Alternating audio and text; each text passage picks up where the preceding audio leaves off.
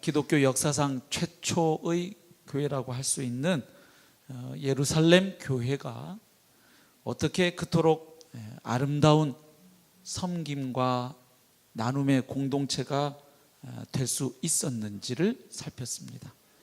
한마디로 말씀드리면 십자가에 죽으시고 부활하신 예수 그리스도가 바로 주님이시라는 그 복음을 믿음으로 받아들여서 구원받은 하나님의 백성들이 모여서 공동체를 이루었기 때문이었습니다. 그분들의 인격적인 성숙도가 뛰어나서가 아니라 바로 십자가에 죽고 부활하신 예수 그리스도가 자신의 구주요 주님이라는 사실을 깨닫고 그 주님 앞에 굴복한 사람들이 모여서 그 사람들이 모여서 공동체를 이루었을 때 그 가운데 성령께서 행하신 일이었습니다. 사도 바울이 에베소서 4장 13절에서 말한 것처럼 하나님의 아들을 믿는 것과 아는 일에 하나가 되므로 그들 가운데 하나됨이 일어난 바로 그런 놀라운 역사였던 것입니다.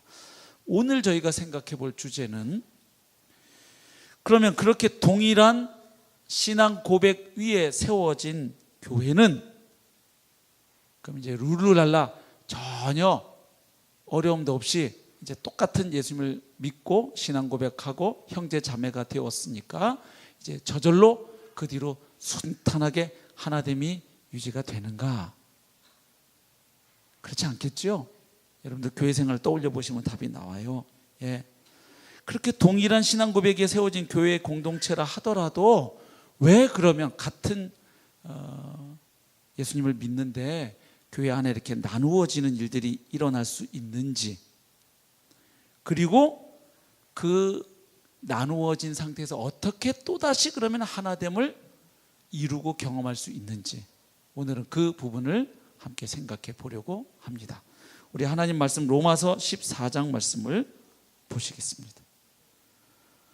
로마서 14장입니다. 1절부터 12절까지 말씀 저와 성도님들께서 서로 한 절씩 교독하겠습니다. 제가 먼저 1절을 읽겠습니다. 믿음이 연약한 자를 너희가 받되 그의 의견을 비판하지 말라.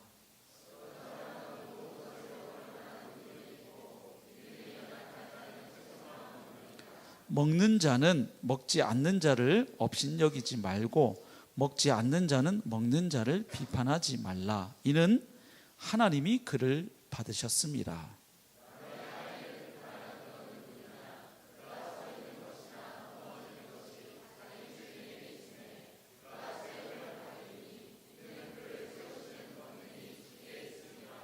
어떤 사람은 이 날을 저날보다 낮게 여기고 어떤 사람은 모든 날을 같게 여기나니 각각 자기 마음으로 확정할지니라.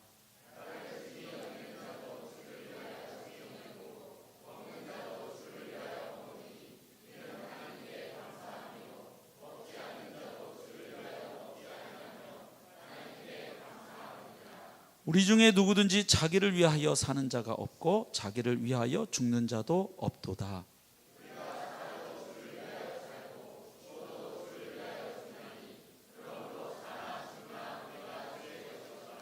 이를 위하여 그리스도께서 죽었다가 다시 살아나셨으니 곧 죽은 자와 산 자의 주가 되려 하심이라.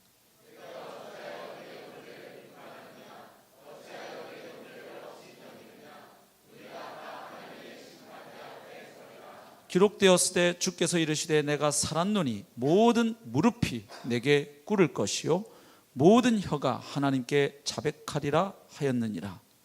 이러므로 우리 각 사람이 자기 일을 하나님께 짓고 하리라. 아멘.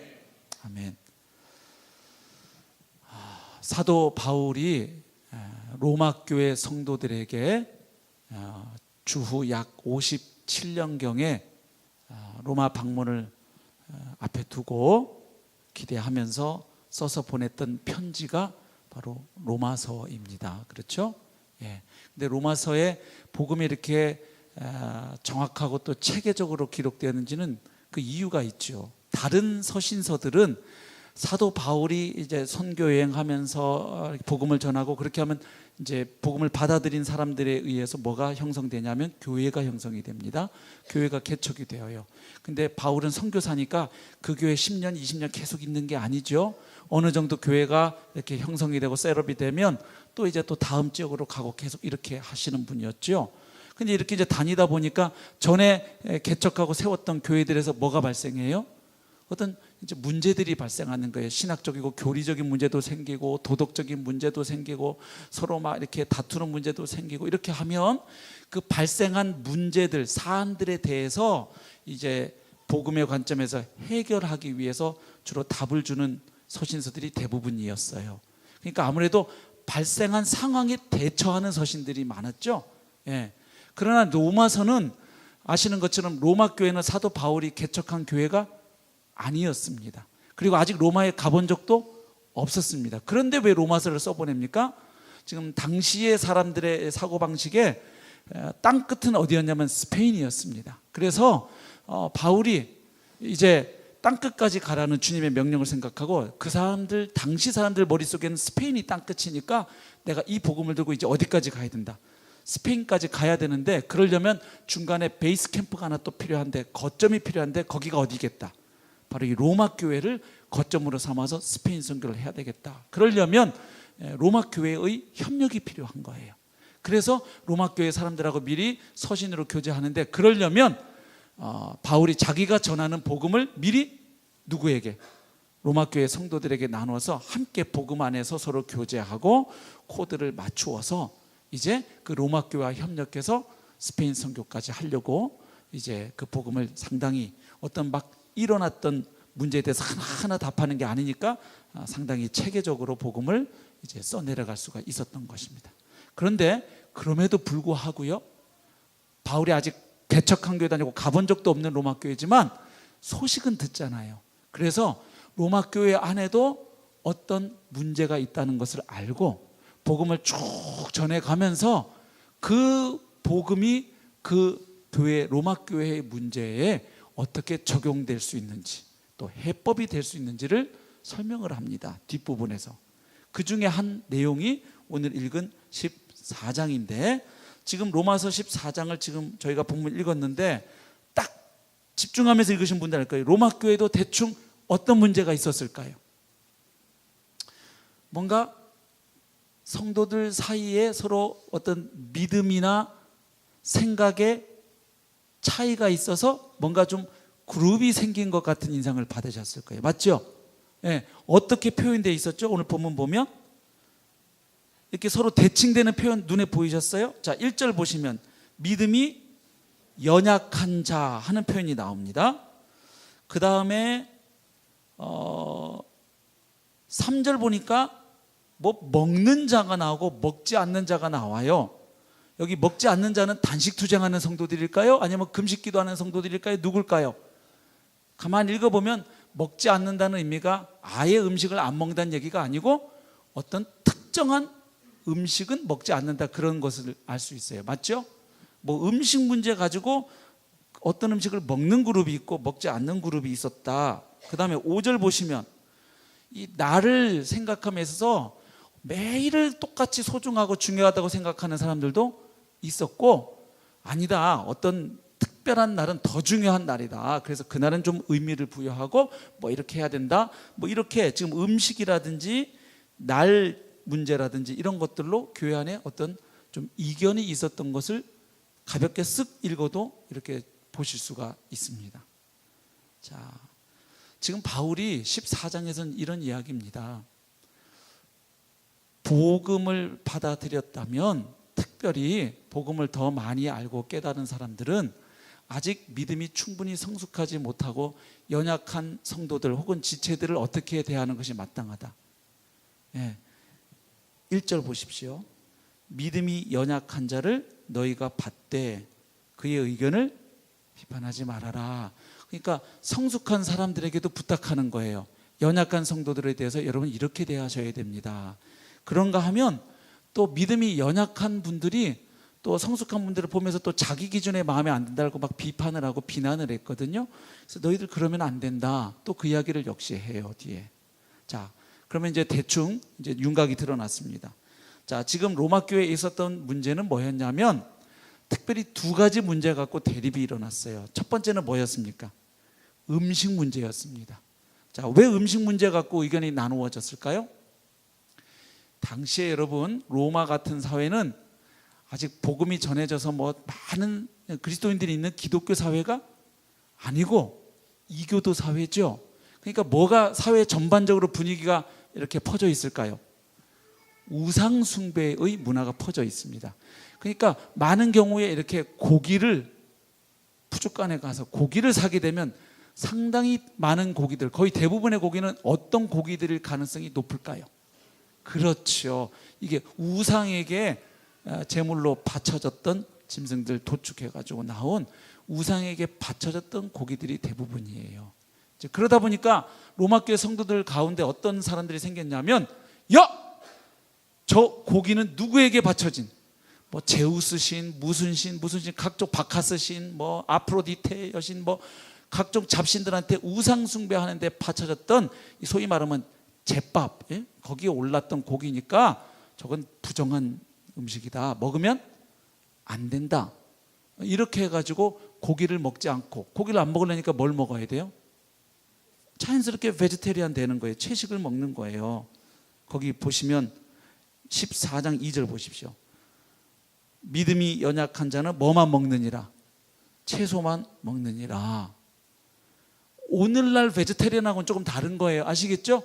오늘날 채식주의자들은 뭐 믿음이 연약해서 이런 차원이라기보다는 이 동물 학대에 대한 어떤 생각 때문에, 그죠? 아니면 환경 보호라든지 또 아니면 인간의 어떤 그 건강을 고려해서라든지 뭐 몇 가지 이유로 채식주의자들이 있는데, 지금 여기서 말하는 채식주의자는 오늘 우리 시대의 채식주의자하고는 좀 개념이 다릅니다. 아까 말한 무슨 이유 때문에? 고기가 다 어디에게 바쳐진? 우상에게 바쳐진, 귀신들에게 올라갔던 거기 때문에 난 그걸 먹을 수 없다, 이렇게 생각한 사람들이에요. 자, 근데 이 사람들을 좀 어떻게 바울이 표현하고 있냐면 믿음이 연약한 자라고 표현하고 있어요. 14장 2절에 의하면. 자, 그런가 하면 또 어떤 성도들도 있었다는 얘기입니까? 야, 무슨 소리냐? 천하에 살아계신 하나님은 오직 누구 한 분밖에 없다. 온 우주 만물을 창조하신 여호와 하나님, 그리고 그 주권과 뜻대로 섭리해 가시고 다스리시는 하나님 외에는 사람들이 말하는 그 다 그 무슨 신 하는 건 실제로 있는 게 아니고 다 인간들이 만들어낸 우상일 뿐이다. 그러니까 없다, 그런 신 자체는. 하나님 한 분 외에는 신이 없다. 그러므로 사람들이 그걸 몰라서 그냥 갖다가 한 거지, 이거 소고기, 돼지고기, 닭고기, 오리고기 뭐 다 하여튼 이거 다 누가 주신 거다? 하나님이 주신 거니까 우상, 뭐 그 사람들이 귀신 있다고 믿고 가서 제사한 거지, 우상은 아예 없는 거니까 하나님 주신 걸로 믿고 감사하게 먹으면 되지. 그리고 아주 맛있게 고기를 잡수시는 성도들도 있었던 거예요. 이러다 보니까 서로 어떻게 한 거예요? 업신여기거나 비판한 거예요. 이제 믿음이 좀 깊어서 충분히 믿음이 자라서 고기를 먹어도 된다고 생각하는 성도들은 고기를 못 먹는 성도들 보면서 어떻게 한 거예요? 에이, 쯧 아직도 복음이 실제가 안 되다니. 참, 이 맛있는 이거 닭고기를 왜 안 먹어? 이 복날에. 하나님 얼마나 주신 건데 이걸 말이야, 이걸 좋은 줄도 모르고 으이그 이러는 거예요. 그런가 하면 지금 그것이 우상에게 바쳐져서 귀신들에게 바쳐진 제밥이기 때문에 부정하다, 그리스도인이 먹을 수 없다고 그 생각하는 양심을 가지고 있는 분들이 그 고기를 막 쩝쩝대고 맛있게 먹는 성도들을 보면 저게 신자냐? 어이구, 저 이렇게 또 생각하는 거예요. 저게 그리스도이냐? 복음만 알면 다야 진짜? 어이구, 뭐 이렇게 지금 음식 문제 갖고 이렇게 대립이 된 거예요. 자, 그 다음에 또 하나 대립이 뭐였습니까? 5절부터 보니까 날이 있죠, 날. 자, 어떤 사람은 이 날을 전날보다 낮게 여기고, 그러니까 매일이 하루씩 흘러가지만 특별히 더 중요한 날이 있고, 특별히 신앙생활하는 데는 어떤 중요한 절기 같은 게 있기 때문에 그때는 어떻게 된다? 더 아주 정성 들여서 신앙생활을 아주 집중해서 잘해야 된다. 요즘 우리식으로 표현하면 어떤 걸까요? 예를 들면 사순절 기간, 이때는 오락을 금하고 막 심한 사람들은 이때는 부부관계도 금해야 된다 막 이러면서 좋아하는 음식 다 끊고 오락 끊고 이렇게 40일을 경건하고 엄숙하고 아주 침울하게 이렇게 보내는 분들이 있는가 하면, 예를 들면 또 캐톨릭 신자들은 금요일날, 성금요일날은 또 뭘 안 드세요? 모르시는군요. 고기를 안 드세요. 육고기를 안 드세요. 금요일날. 이렇게 또 뭐 고난주간, 고난주간 특세에도 안 나오는 게 교회냐 사람이야? 막 예를 들면 이 고난주간을 말이야 성스럽게 보내야지. 40일 동안은 사순절은 힘들어도 고난주간 한 주간도 말이야 저러고 맨날 밥이나 먹으러 돌아다니고 저기 그리스도이냐? 예를 들면 이럴 수 있죠. 그런가 하면 또 어떤 분들은 야 모든 날이 주의 날이야. 주일만 주의 날. 옛날에 좀 있었어요. 주일 성수 개념이 있을 때 우리 저쪽 고신파라든지 좀 엄격하고 보수적인 데서는 주일날 뭘 못하게 했습니까? 저기 혹시 고신파 출신 없으세요? 어떻게 했어요? 주일날 뭐 안 해요? 물건 안 사요. 그날 쇼핑 안 해요. 또 외식도 안 해요. 심한 분들은 또 뭐도 안 해요? 공부도 안 해요. 고3 때 저랑 같이 자취했던 친구가 있어요. 여기는 침례교도인데도 주일날은 공부를 안 하더라고요. 저랑 같이 1년 동안 자취를 했거든요. 그 지하 이렇게 한 칸방에서 같이 둘이 했는데 그 친구는 역시 침례교 목사님 아들인데 주일날 밤 12시 될 때까지는 책을 안 봐요. 공부를 안 해요. 그러다가 12시 땡 넘어가면 다시 책을 팍 말. 근데 그렇게 공부해가지고 포항 공대를 갔어요. 대단하죠?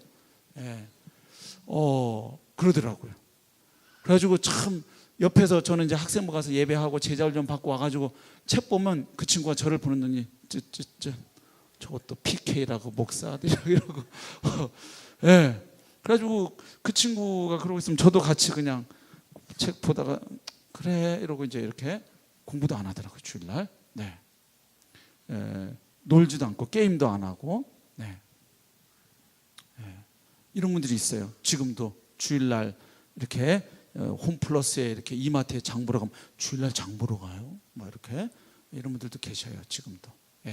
자, 이래가지고 지금 로마 교회 안에 서로 소위 말해서 좀 믿음이 좀 있다는 분들과 연약한 분들 사이에 이런 좀 갈등과 분열이 있다는 것을 바울이 아직 안 가봤지만 알고서 이제 복음을 쭉 전해가면서 이 문제에 대해서도 좀 도움을 줘야 되겠다 생각하고 사도 바울이 이제 답을 주고 있습니다. 자, 근데 여러분 교회 생활 하다 보면 이렇게 여기 지금 로마 교회는 음식이라든지 날이라든지 이런 것 때문에 의견이 갈렸는데 이런 일들이 있을 수 있을까요? 없을까요? 네? 있죠. 우리 여성교회 우리 회장님들 아시죠? 모여서 김치를 담그자 그러면 이번에는 뭘 담그자?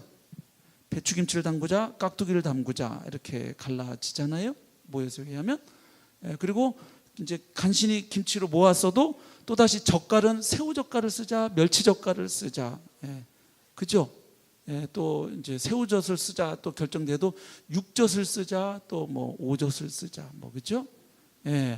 이렇게 갈라질 수가 있어요.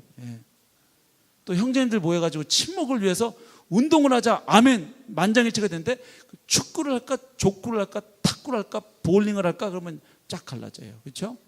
있을 수 있어요. 이런 일이 예? 뭐 아멘 하셨나요 뒤에서? 네. 네. 예.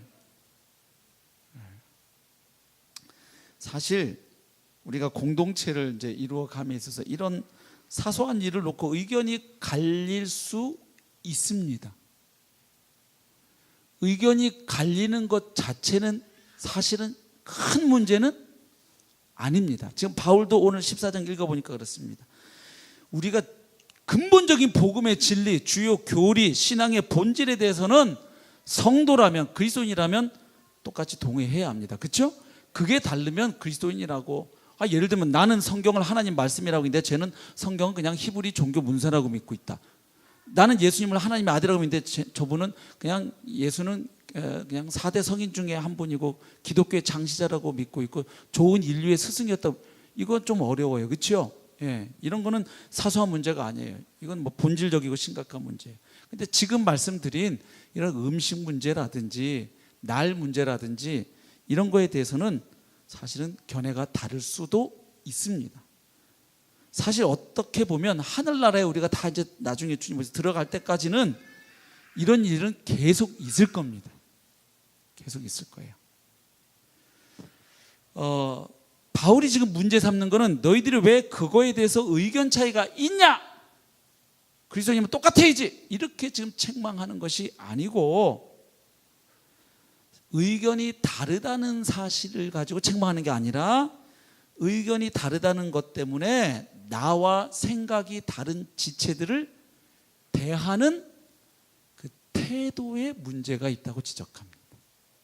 왜냐하면 그들은 서로를 어떻게 대했냐면 업신여겼고 비판했어요. 바울이 이 부분을 지적합니다. 자, 우리 1절 보십시오. 믿음이 연약한 자를 너희가 받되 그의 의견을 뭐 하지 말라? 비판하지 말라. 그러면 이 말은 뭐 했다는 거예요? 지금 로마교회 비판했다는 것이에요. 2절 보세요. 먹는 자는 먹지 않는 자를 업신여기지 말아라. 뭐 했다는 얘기예요? 업신여기고 있다는 거예요. 그렇죠? 아이고 아직도 복음을 몰라? 이러면서 그 다음 먹지 않는 자는 먹는 자를 비판하지 말라. 자기 기준으로 이건 귀신에게 바친 고기예요. 근데 믿음 좋다 그러면서 저기서 김 목사가 막 쩝쩝거리고 먹고 있는 거예요. 이런 목사가 돼가지고 저기 목사야 먹사지. 에라 고기나 많이 먹고 살 퉁퉁 쪄서 죽어라 김정은처럼 막 이러면서 예를 들어서 예? 예.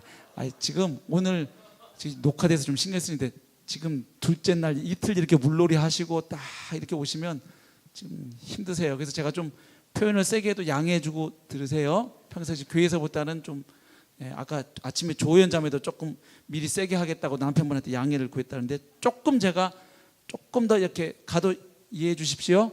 예, 너무 점잖게 하면 다 지금 수면제 드실 것 같아서. 네. 자, 서로 업신여기고 비판했고요. 10절도 보세요.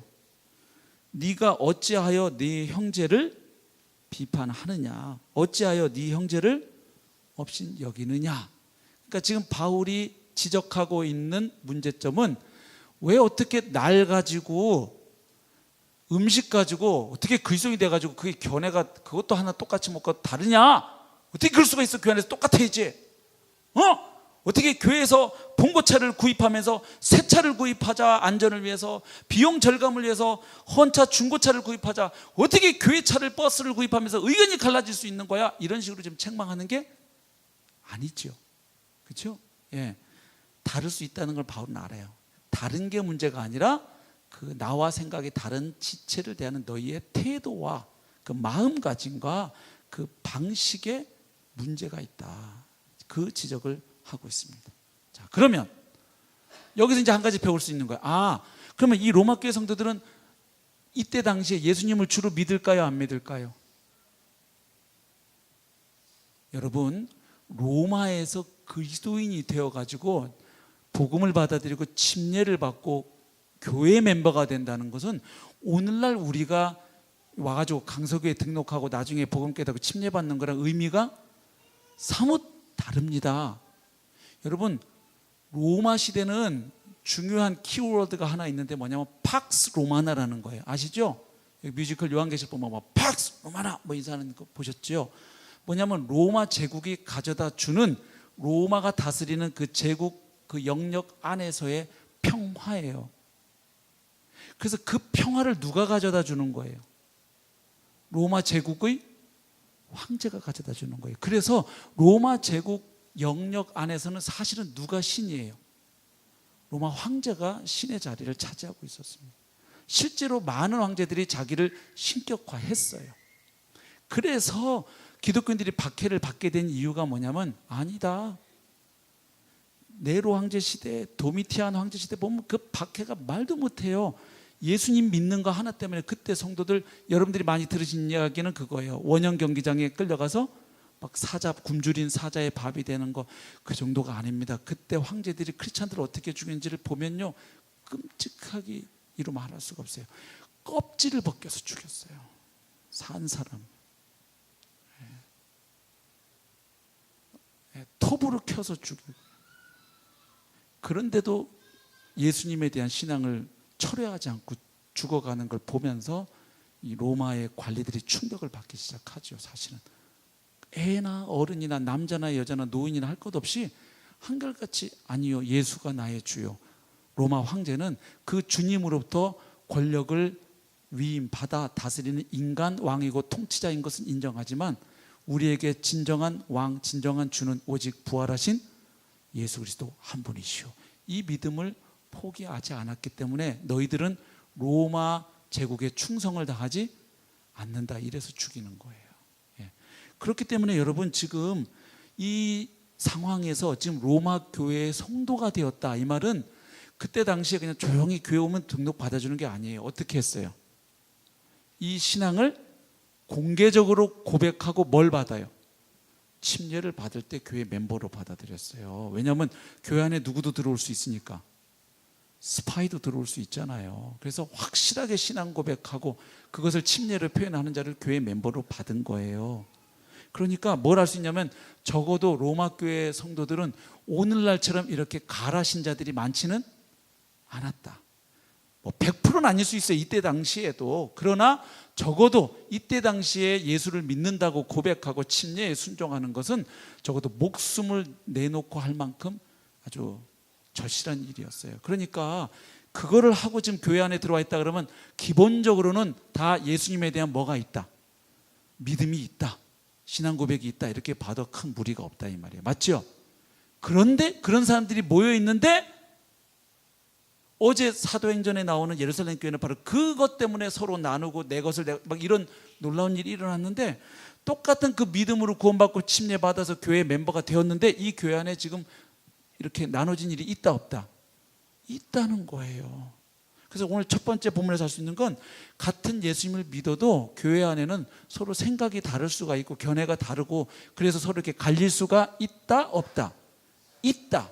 그런 일은 교회 안에 반드시 있다. 그래서 너무 놀라지 마세요. 어머나, 강석에 이렇게 생각하는 사람도 다 있네, 이렇게 놀라지 마세요. 당연해요. 2000년 전에도 있었던 일이에요. 자, 그런데 오늘 본문이 말해주는 것은 그 다른 게 문제가 아니라 그 다름을 대하는 태도, 처리하는 방식의 문제예요. 자, 그러면 두 번째, 그러면 이 문제에 대해서 이제 사도 바울이 제시하는 해법, 오늘 요것만 또 정리하면 말씀 끝이에요. 그래서 다 끝난 것 같지만 여러분들은 안 속죠? 그 한 가지 얘기하는데 조금 상당히 간다는 걸 알고 계시죠? 경험치로. 덩치로 보면 그거 하나인데, 네, 이제 그거 하나 얘기하면 끝나는데, 네, 자, 바울이 이 문제를 해결해서 어떻게 하느냐? 이렇게 하지 않아요. 자, 여러분, 지금 우리가 같은 예수님을 주님으로 믿는데 이런 문제가 생겼으니 여러분 다 온 교인이 함께 다 모여가지고 사무총회를 열어가지고 터놓고 이야기합시다. 이런 대화의 광장을 한번 마련해 보십시오. 이 음식과 날에 대한 신학적 대토론회를 한번 교회가 주최하셔서 서로 의견 조율을 이루시기 바랍니다. 이렇게 하나요, 안 하나요? 안 하죠. 또 이렇게 하나요? 여러분, 그런 문제는 의외로 간단해요. 밥을 많이 먹으면 돼요. 여러분, 회식을 한번 하시기 바랍니다. 네?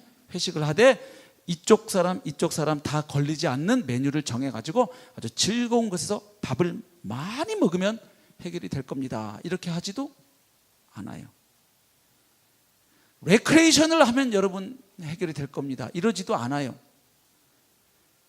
또 아니면 함께 친교 여행을 다녀오고 나면 음식과 날의 문제는 해결될 텐데, 여러분 같이 일목요일 이목요일 다 함께 친교 여행을 갔다 오시죠, 설악산으로. 그렇게 하지도 않아요.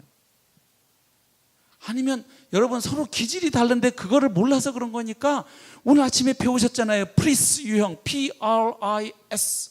서로 검사지 갖다 놓고 검사해가지고 저 사람이 왜 저러는지 그걸 이해하십시오. 그리고 PRIS 갖고 안 되면 MBTI 32가지 유형도 있습니다. 그것도 검사하시고 그거 갖고도 안 되면 DISK 유형 검사도 있으니 한 이 세 가지 정도를 하면 얼추 서로 기질과 성격 유형이 파악될 것이니 이해가 될 것입니다. 이러지도 않아요. 물론 바울이 MBTI, DISK, PRIS를 몰랐으니까 그것도 있고, 그렇다고 또 오해하지는 마세요. 아침에 조연 자매님 참 열강 잘해 주셨는데 그런 것들 하나도 다 복음 안에서는 필요가 없느냐? 아니에요.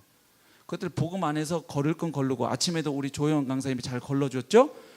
프로이드의 견해라든지 복음 안에서 받아들일 수 없는 것들은 잘 툭툭 잘라가지고 강의를 아침에 잘 해주시던데, 그럼에도 불구하고 여러분들 그걸 아니까 좀 나를 이해하고 나와 좀 다른 이해하는데 도움이 되던가요?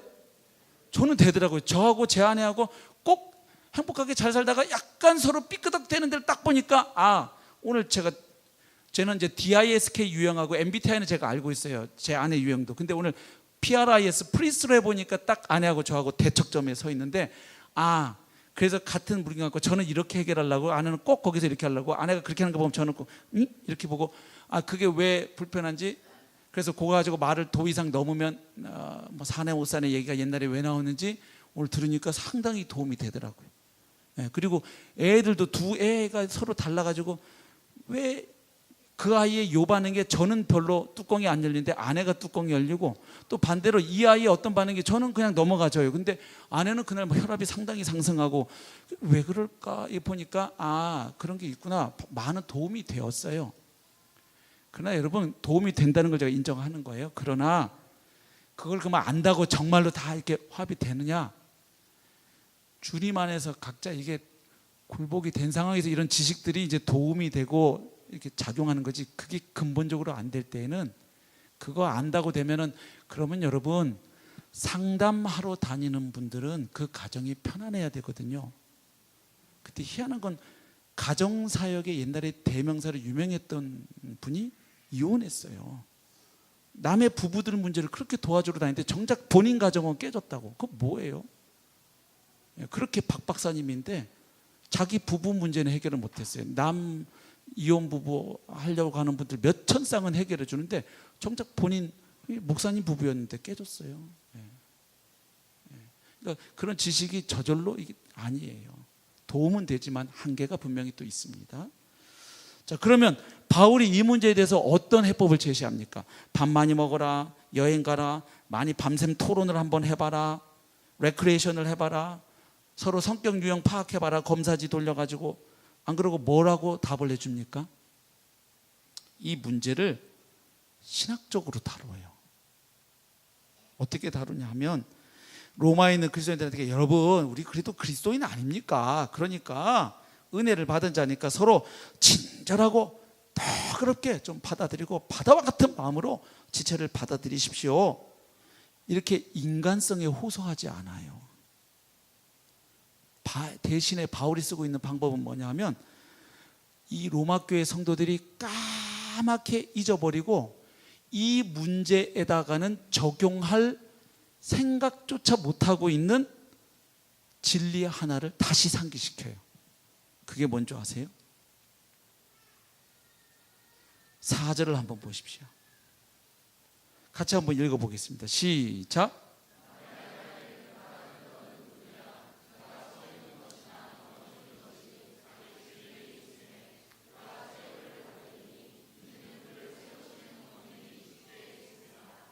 아멘. 자, 서로 지금 음식 문제, 날 문제 뭐 이런 것 때문에 서로 업신여기고 비판하고 있는 로마 교회 성도들을 향해서 바울이 무슨 말씀을 지금 하고 있냐면, 거기 남의 하인을 비판하는 너는 누구냐? 왜 갑자기 여기 남의 하인 이런 표현이 왜 등장할까요?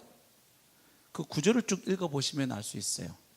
지금 너가 비판하고 업신여기는 그 형제, 자매는 여기 누구의 하인이라는 걸 특별히 염두에 두고 있는 거예요.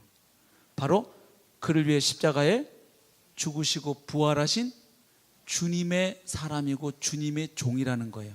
다시 말하면 네가 업신여기고 비판하는 그 성도, 그 지체의 주인은 네가 아니고 누구시다? 그를 구원하신 주님이 그의 주인이셔. 그 얘기를 하고 있는 거예요. 네가 주인이 아니라고 지금 그 말을 하는 거예요. 4절 다시 보세요. 남의 하인을 비판하는, 네가 그렇게 막 밟고 무시하고 업신여기는 그 사람은 너의 하인이 아니야. 남의 하인이야. 근데 그 남이 누군지는 여기만 보면 몰라요. 그리고 그 다음 구절 보세요. 그가 서 있는 것이든 넘어 있는 것이든 그것이 누구 손에 달려 있다?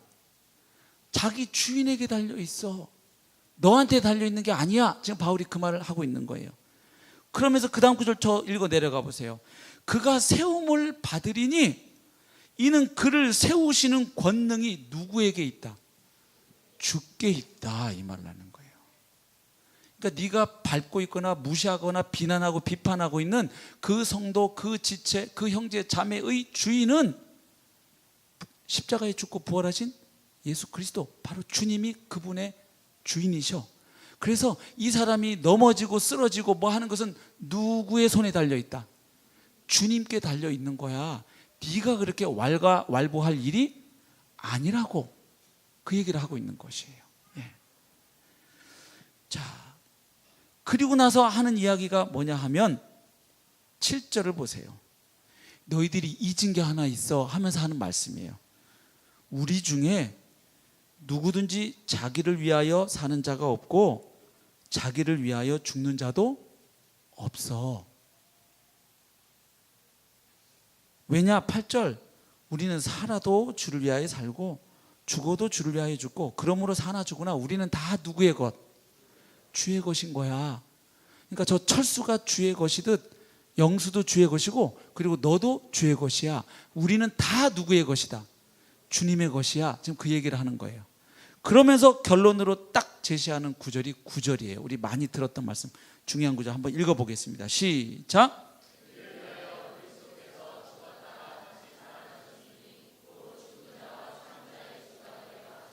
아멘.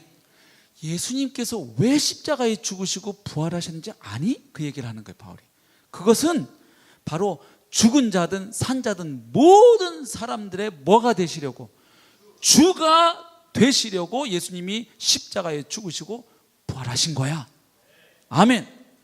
그러니까 지금 날 문제, 음식 문제로 서로 갈라져서 반목하고 비판하고 업신여기고 무시하고 비난하는 성도들에게 해법을 뭐라고 제시하는 거냐 하면 또다시 어디로 돌아가는 거예요? 십자가에 죽고 부활하신 예수 그리스도가 누구이시다? 주님이셔. 너의 주인이시고 네가 무시하는 그분의 주님이시고, 이 사실을 다시 기억해야 돼. 너희는 다시 일로 돌아가야 돼. 이 말씀을 하고 있는 거예요. 그러니까 이렇게 말하라는 거예요. 너희들이 다시 그 관계가 회복되고 올바른 관계를 성도끼리 맺어가려면 음식 문제든 날 문제든 이걸로 해서 아유 저게 뭐 예수 믿는 거야, 저게 무슨 복음을 알았다는 사람이야, 아유 복음학교를 그냥 3번이나 갔다 오도 저래, 아유 복음반을 5번 수료했다며, 아유 성경 100독했다며, 옛날에 신학도 공부했다며, 막 이러면서 예를 들어서 막 이러면서 서로 이렇게 할 때 이렇게 말하라는 거예요. 지금 바울의 말씀을 좀 번역을 해보면 딱 그런 마음이 이렇게 올라오면 너희들은 이렇게 하라는 거예요. 스스로 내가 대체 뭐라고 다른 지체들의 주인이자 심판자 노릇을 하려고 하는가? 나의 주님이 예수 그리스도이신 것처럼 저 지체의 주님 그리고 심판자도 주님이시다. 그래서 그들은 그들의 행동을 스스로 주님 앞에서 책임져야 하고 나도 내 행동을 주님 앞에서 책임지고 결산해야 한다. 그래서 그가 넘어지고 일어서는 것이 누구의 손에 있다? 주님께 있고 나도 주님께 있다. 이 믿음을 다시 고백할 때 너희 가운데 이 문제는 자연스럽게 해결이 된다. 주님이 하실 일에 내가 참견하지 말아야지. 이렇게 너희들이 서로를 대하면 이 문제가 해결이 된다. 너희가 서로 재판관이 아니다. 그래서 10절 보면 우리가 다 하나님 앞에 뭐 하게 된다? 심판대 앞에 다 선다. 그래서 12절 보면 우리 각자가 다 자기 일에 대해서 하나님 앞에 뭐 해야 된다? 짓고 해야 되니까 그렇게 오지랖 넓게 남에 대해서 날 문제 음식 같은 거 가지고 본질도 아닌가 뭐 이단 교리를 저 형제가 얘기하면 그건 해야죠. 또 도덕적으로 교회에 막 잘못된 죄악을 막 들여와가지고 그런 거는 반드시 이렇게 하라고 얘기했어요. 바울이 고린도서에도 그런 거를 아유 서로 간섭하면 안 돼 이러고 교회 안에 막 죄악을 들여오고 그런데도 이건 아니에요. 혼돈하시면 안 돼요. 그냥 무조건 모든 게 좋은 거지 그게 아니에요 지금. 예. 바로 이런 문제 때문에 서로 할 때 너희들이 주님께서 하실 역할, 니네가 그 자리에 앉아가지고 함부로 판단자요 심판자요 주인 노릇 행세하지 말아야 한다. 그럼 잘 보십시오. 어제 예루살렘 교회가 그렇게 아름다운 하나됨의 공동체로 갈 수 있었던 것도 베드로의 설교를 통해서 선포된 바로 구약 예언대로 오셔서 죽으시고 부활하신 예수가 바로 주님이시고 그리스도이시다. 그 복음을 깨닫고 받아들인 사람들 가운데 그 일이 일어났어요. 맞죠? 근데 오늘 말씀 뭐냐면 그래서 그 신앙 위에 선 사람들이 모여서 함께 지내다 보니까 또 무슨 일이 일어나요? 또 음식 문제든 날 문제든 서로 견해 차이가 발생할 수 있다는 거예요. 그럴 때 다시 그 문제의 근본적인 해결도 또 다시 어디로 돌아와야 된다? 예수 그리스도가 주님이시라는 사실 앞에 다시 서야 한다는 거예요. 아멘. 그러니까 결국 교회를 하나 되게 하는 것은 우리 서로 같은 취미 가진 사람들끼리 재미있게 놀아봐요 뭐 이러고 이래갖고 되는 게 아니고 끊임없이 교회는 계속해서 불완전하지만 서로 우리의 못난 것 때문에 찔리기도 하고 막 아프기도 하고 상처도 받지만 계속해서 교회가 존재하는 한 그 교회의 주인은 부활하신 예수 그리스도이시고 우리 한 사람 한 사람의 주인이 예수님이시라는 사실을 계속해서 교회가 붙잡고 그 사실 앞에 서야 할 것을 말씀하는 것입니다. 그러니까 저희 강서교회의 하나됨도 저희가 막 섬깁시다 하고 뭐 마니또도 하고 이런 거 2박 3일 동안 이렇게 하는 건 재미있어요. 근데 이제 1년 365일 하라 그러면요 지쳐요. 우리 이제 한 달만 하면요 우리가 그렇게 생각보다 그렇게 너그럽질 못해요. 예. 그리고 여기 애기들 막 이렇게 부부들 같이 지낼 텐데 서로 막 이렇게 하면 이제 관계를 좋게 하기 위해서 막 이렇게 애들끼리 다툼이 있으면 서로 어떻게 하세요? 누구를 혼내게요? 내를 혼내죠, 그죠? 그죠? 그래야 이게 서로 관계 어려움 없으니까 너 임마 왜 쟤를 밀었어? 임마 이렇게. 예. 근데 이제 그게 한 3일 가면 어떻게 되는 줄 아세요? 이제 그쪽 아빠 엄마가 없으면 너도 근데 왜 우리 애 미니? 이러면서 이게 또 그럼 이제 걔가 또 엄마한테 가서 엄마 저 삼촌 성민이 삼촌이네 아까 밀었다 뭐 이러면서 그러면 이제 와가지고 성민 형제 좀 봐요. 그러면서 혹시 아까 수영장에서 우리 애 밀쳤다며? 뭐 이렇게 뭐 이제 이렇게 되면 이제 이런 게 이제 애 싸움이 이제 어른 싸움으로 가는 네? 뭐 이런 거 아니겠어요? 네. 다를 수 있다는 거예요. 교회는 그렇대요. 그래서 어떤 다른 인간적인 노력으로 만들어가는 게 아니고 끊임없이 우리 각자가 나의 주인이 예수님이라는 것 그리고 저 형제 저 자매의 주인이 예수님이라는 것 이것을 끊임없이 기억하고 붙잡을 때 그 주님이 우리를 다스려 가시면서 점점 하나됨을 이루어 가실 줄로 믿습니다. 예. 이렇게 아멘 해주셔서 설교를 여기서 끝내드려야 되는데 이거 참 큰일 나버렸네. 네. 네. 아멘 하시네. 네. 아멘을 크게 하셔서 제가 확 줄이겠어요. 네. 그 다음에 드리려고 했던 말씀 뭐였냐면 참 주님 시험 드네 제가 이게 오늘 하이라이트인데 어떡하냐. 네. 그냥 제가 말씀 짧게 읽고만 지나갈게요. 설명은 사족은 안 할게요. 왜냐하면 하나님 말씀 자체가 힘이 있으니까. 자, 지금부터 제가 쭉 읽어가는 말씀들은 설명 안 할 테니까 초집중해 주세요. 한 5분 이상만. 아시겠죠? 네. 오늘 원래 10시에 예배 끝나기로 돼 있어요. 아직 1시간도 남았는데 제가 빨리 끝내려고 그러는 거예요. 네. 네. 아니에요. 제가 그 말을 안 들어야 여러분이 은혜 받는 걸 알아요. 저렇게 한두 분이 괜찮다고 해서 그걸 받아들이면 99%가 시험 든다는 걸 이제 조금 깨닫기 시작했어요. 네. 제 아내가 얘기해 줬어요. 예. 여보, 그렇게 말씀하시는 분은 한두 분이고 길어도 괜찮은 분은 99분은 아무 말씀도 안 하고 계세요. 그 침묵하는 다수의 소리를 좀 들으세요. 예, 현숙한 여인이 제 옆에 있어요. 네.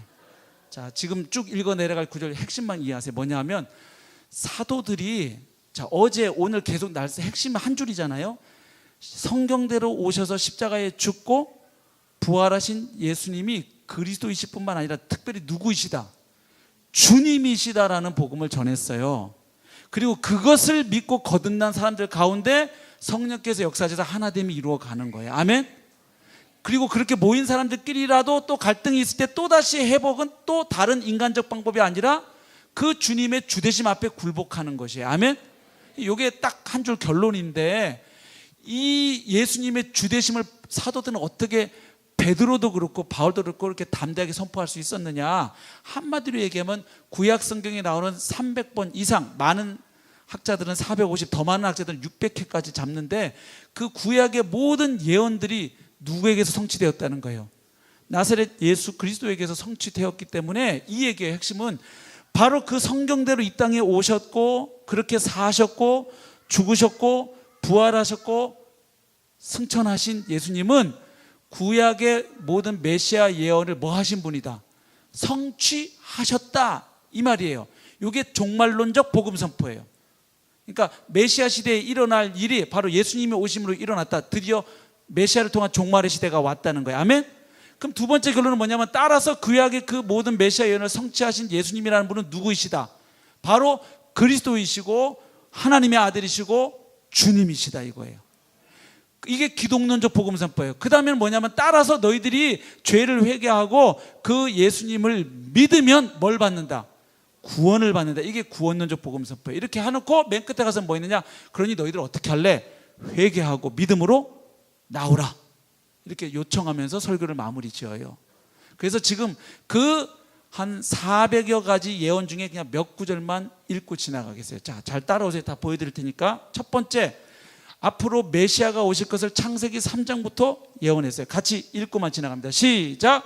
내가 너로 여자와 원수가 되게 하고 내 후손도 여자의 후손과 원수가 되게 하리니 여자의 후손은 내 머리를 상하게 할 것이요 너는 그의 발꿈치를 상하게 할 것이니라 하시고. 아멘. 한마디로 뭐예요? 인간을 타락하게 만든 뱀의 머리를 짓밟아 버리고 승리하실 메시아가 여인의 후손으로 오신다. 두 번째, 창세기 22장 18절 시작. 또 내 씨로 말미암아 천하 만민이 복을 받으리니 이는 네가 나의 말을 준행하였음이니라 하셨다 하니라. 아멘. 하나님이 아브라함에게 하신 말씀에 너의 씨, 아브라함의 씨, 후손 한 사람으로 말미암아 천하 만민이 복을 받는다. 즉 메시아는 땅의 모든 족속 천하 만민에게 복을 주시는 분이다. 아멘. 창세기 49장 10절, 9절은 빼고 10절 읽어봅니다. 시작. 그가 유다를 떠나지 아니하며 통치자의 지팡이가 그 발 사이에서 떠나지 아니하시기를 실로가 오시기까지 이르리니 그에게 모든 백성이 복종하리로다. 메시아가 오시는데 그분은 특별히 유다 지파에서 오신다. 근데 그분이 뭐냐면 실로, 평화의 왕으로 오신다. 그래서 모든 백성이 바로 그분에게 복종하게 된다. 아멘. 신명기 18장 15절 18절인데 18절만 읽겠습니다. 시간 맞추기 위해서 제가 읽을게요. 내가 그들의 형제 중에서 너와 같은 선지자 하나를, 자, 여기 너는 누구냐면 모세입니다. 모세와 같은 선지자 하나를 그들을 위하여 일으키고 내 말을 그 입에 두리니 내가 그에게 명령하는 것을 그가 무리에게 다 말하리라. 자, 앞으로 오시는 메시아는 모세와 같은 선지자로 오셔서 누구의 말씀을? 하나님의 말씀을 인간들에게 대언할 것이다. 너희는 그분의 말씀을 들어야 산다, 그 얘기예요. 그 다음 시편 110편 4절 같이 읽습니다. 시작.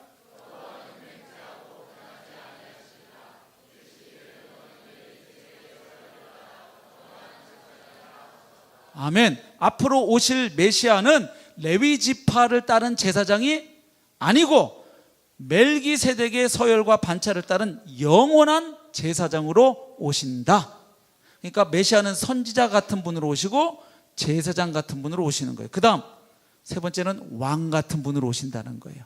그게 사무엘하 7장 12절부터 16절인데 소위 다윗 언약. 이건 제가 교회에서 많이 설교했으니까 스킵할 거예요. 한마디로 다윗의 아들 가운데 한 사람을 하나님이 세워서 다윗의 나라 왕위에 앉히는데 그에게 하나님이 어떤 나라를 준다? 영원한 나라를 주고 그를 하나님의 아들 삼아서 하나님의 왕권을 그에게 줘서 하나님을 대신하여 다스리게 할 한 왕을 다윗의 후손 중에 보낸다.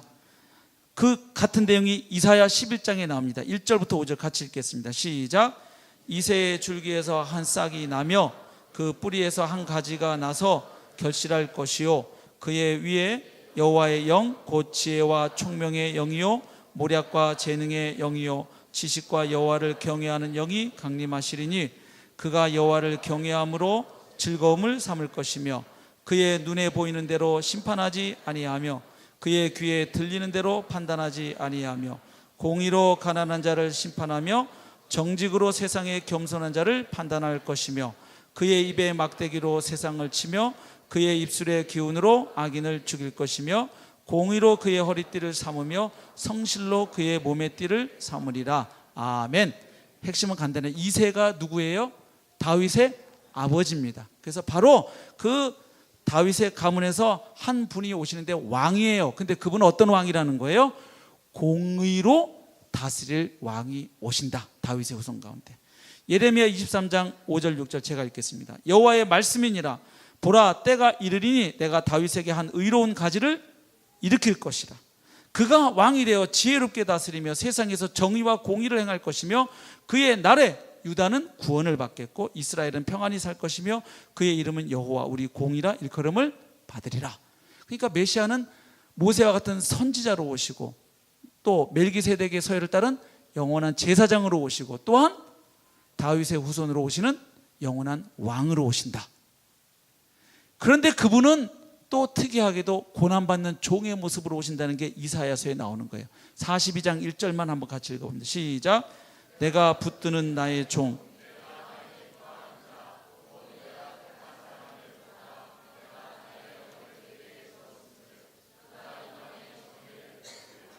아멘. 하나님의 종으로 오실 메시아를 얘기합니다. 근데 그 종이 오셔서 어떻게 되느냐? 52장 13절을 보세요. 보라 내 종이 형통하리니 높아진다는 거예요. 받들어 높이 들려서 지극히 존귀하게 되리라. 그 종을 높이신대요. 근데 높이시기 전에 하나 통과할 단계가 있어요. 14절. 전에는 그의 모양이 타인보다 상하였고 그의 모습이 사람들보다 상하였으므로 많은 사람이 그에 대하여 놀랐거니와. 그리고 나서 53장에 그분이 당할 고난을 묘사하는데 그 유명한 구절이에요. 자, 우리 4절 제가 읽으면 5절 읽으실 때에는 우리의 허물 우리에다가 본인 이름을 넣어서 읽겠습니다. 아시겠죠? 제가 먼저 4절 읽겠습니다. 그는 실로 우리의 질고를 지고 우리의 슬픔을 당하였거늘 우리는 생각하기를 그는 징벌을 받아 하나님께 맞으며 고난을 당한다 하였노라. 그가 찔림은 경석의 허물 때문이요 그가 상함은 경석의 죄악 때문이라. 그가 징계를 받음으로 경석은 평화를 누리고 그가 채찍에 맞음으로 경석은 나음을 받았도다. 아멘. 우리는 다 양 같아서 그릇 행하여 각기 제 길로 갔거늘 여호와께서는 우리 모두의 죄악을 그에게 담당시키셨도다. 그래서 7절 보면 곤욕을 당할 때도 그분은 침묵을 지키시면서 그 길을 걸어가셨다. 그리고 10절 여호와께서 그에게 상함을 받게 하시기를 원하사 질고를 당하게 하셨은 즉 그의 영혼을 제물로 드리면 속건 제물로 드리면 그가 씨를 후손들을 보게 되어 하나님의 백성들을 그래서 그의 날은 길 것이요 또 그의 손으로 여호와께서 기뻐하시는 뜻을 성취하리로다. 그러니까 그 메시아는 또한 왕으로서도 오시지만 어떻게 오신다? 고난받는 종으로 오셔서 우리 모든 인생들 죄인들을 위하여 그분이 대신 우리 대신 채찍에 맞으시고 피 흘리시고 죽으신다. 그로 말미암아 사람들의 죄가 하나님 앞에 용서받을 수 있는 길이 열릴 것이다. 그 얘기죠. 그리고 이 분이 고난받고 죽는 게 끝이 아니다. 시편 16편 10절 어제 우리 보았던 베드로의 설교 중에 베드로가 인용했던 구절에 같이 읽겠습니다. 시작. 이는 주께서 내 영혼을 소홀에 버리지 아니하시며 주의 거룩한 자를 멸망시키지 않으실 것임이니이다. 베드로가 했던 얘기는 바로 이 주의 거룩한 자가 다윗 본인이 아니다. 왜? 그는 죽어서 썩어서 무덤이 있으니까. 바로 이분은 메시아를 미리 보고 다윗이 예언한 것이다. 어제 그 말씀이었죠. 그 다음 부활하시고 끝이 아니고 이분은 다시 하나님 보좌 우편으로 승천하신다. 그래서 왕의 자리에 등극하신다 예언이에요. 시편 110편 1절 시작. 여호와께서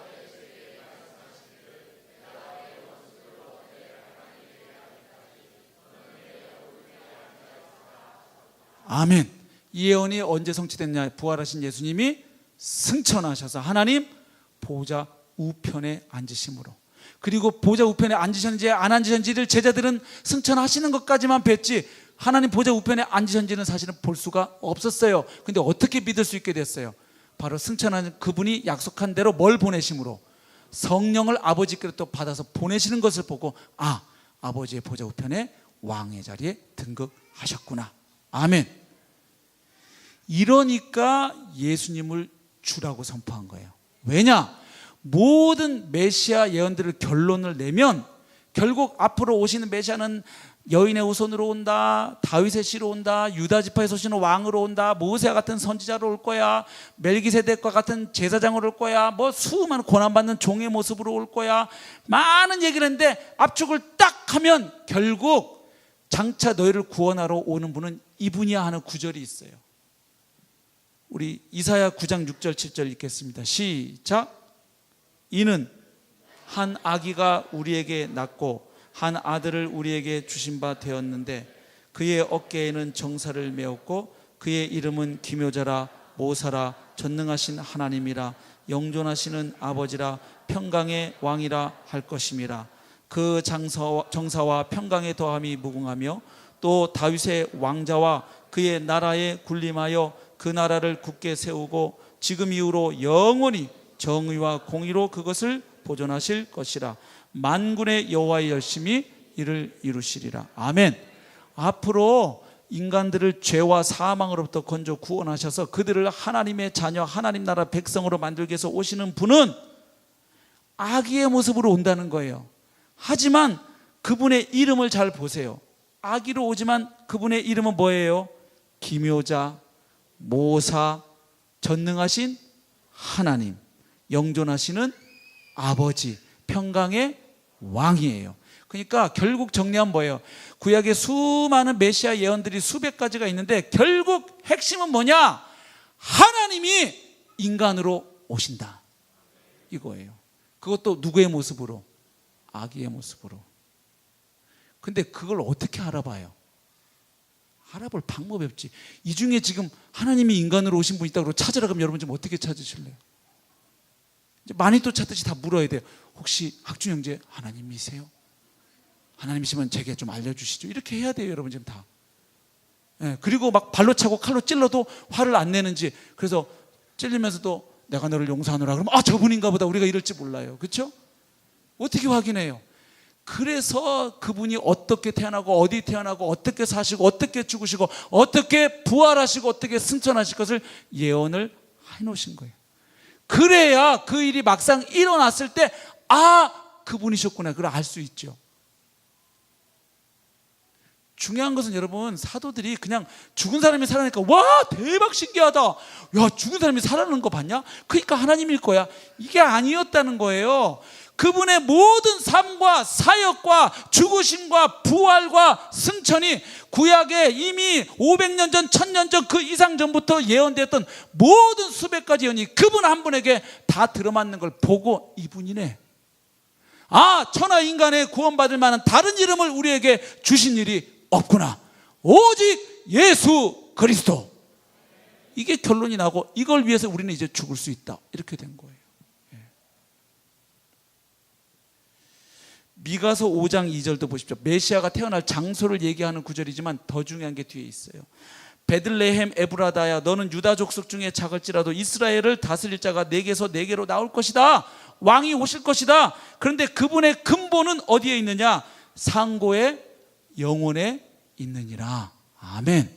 그러니까 결국 메시아는 하나님이신 분이 인간 되어 오셔서 우리와 동일한 인간으로 오셔서 같이 사시면서 고난을 당하시고 우리를 위해 대신 그분이 우리 죄를 위하여 대신 죽으시고 부활하심으로 그분이 우리를 구원하기 위해서 오신, 하나님이 보내서 이 땅에 오신 유일한 구원자이시고 결국 우리의 왕, 우리의 하나님 주이심을 입증하신다.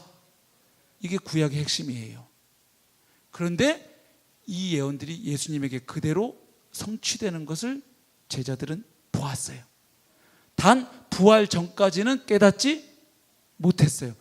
부활하신 주님을 만나고 나니까 그 모든 메시아들이 누구에게 다 성취되었다. 나사렛 예수 그리스도, 그분이셨구나. 아, 전능자가 이 땅을 다녀가셨다. 예수님이었다. 하나님이셨구나. 하나님이셨구나. 하나님이셨구나. 하나님이셨구나. 아멘이죠. 그래서 바울이 이렇게 선포하는 겁니다. 빌립보서 2장 6절부터 11절 읽어보겠습니다. 시작. 그는 근본 하나님의 본체시나 하나님과 동등됨을 취할 것으로 여기지 아니하시고 오히려 자기를 비워 종의 형체를 가지사 사람들과 같이 되셨고 사람의 모양으로 나타나사 자기를 낮추시고 죽기까지 복종하셨으니 곧 십자가에 죽으심이라. 이러므로 하나님이 그를 지극히 높여 모든 이름 위에 뛰어난 이름을 주사 하늘에 있는 자들과 땅에 있는 자들과 땅 아래에 있는 자들로 모든 무릎을 예수의 이름에 꿇게 하시고 모든 입으로 예수 그리스도를 주라 시인하여 하나님 아버지께 영광을 돌리게 하셨느니라. 아멘.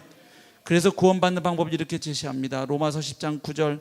네가 만일 내 입으로 예수를 주로 시인하며 또 하나님께서 그를 죽은 자 가운데서 살리신 것을 내 마음에 믿으면 구원을 받으리라. 사람이 마음으로 믿어 의에 이르고 입으로 시인하여 구원에 이르느니라. 그리고 오늘 본문 로마서 14장 9절. 이를 위하여 그리스도께서 죽었다가 다시 살아나셨으니 곧 죽은 자와 산 자의 주가 되려 하심이라. 아멘. 그러므로 교회를 하나 되게 하는 가장 근본적인 진리는 성경대로 죽고 부활하신 예수 그리스도, 그리고 승천하셔서 앞으로 하나님이 정하신 때가 되면 다시 오실 예수 그리스도가 나의 주님이시고 교회의 머리이시고 온 세상과 우주 만물의 주인이시라는 이 고백인 줄로 믿습니다. 이 고백 앞에 우리 모두가 엎드러질 때 우리 가운데 주님이신 그분께서 다스리시고 통치하실 줄로 믿습니다. 아멘. 우리 기도하는 시간을 갖기 원합니다.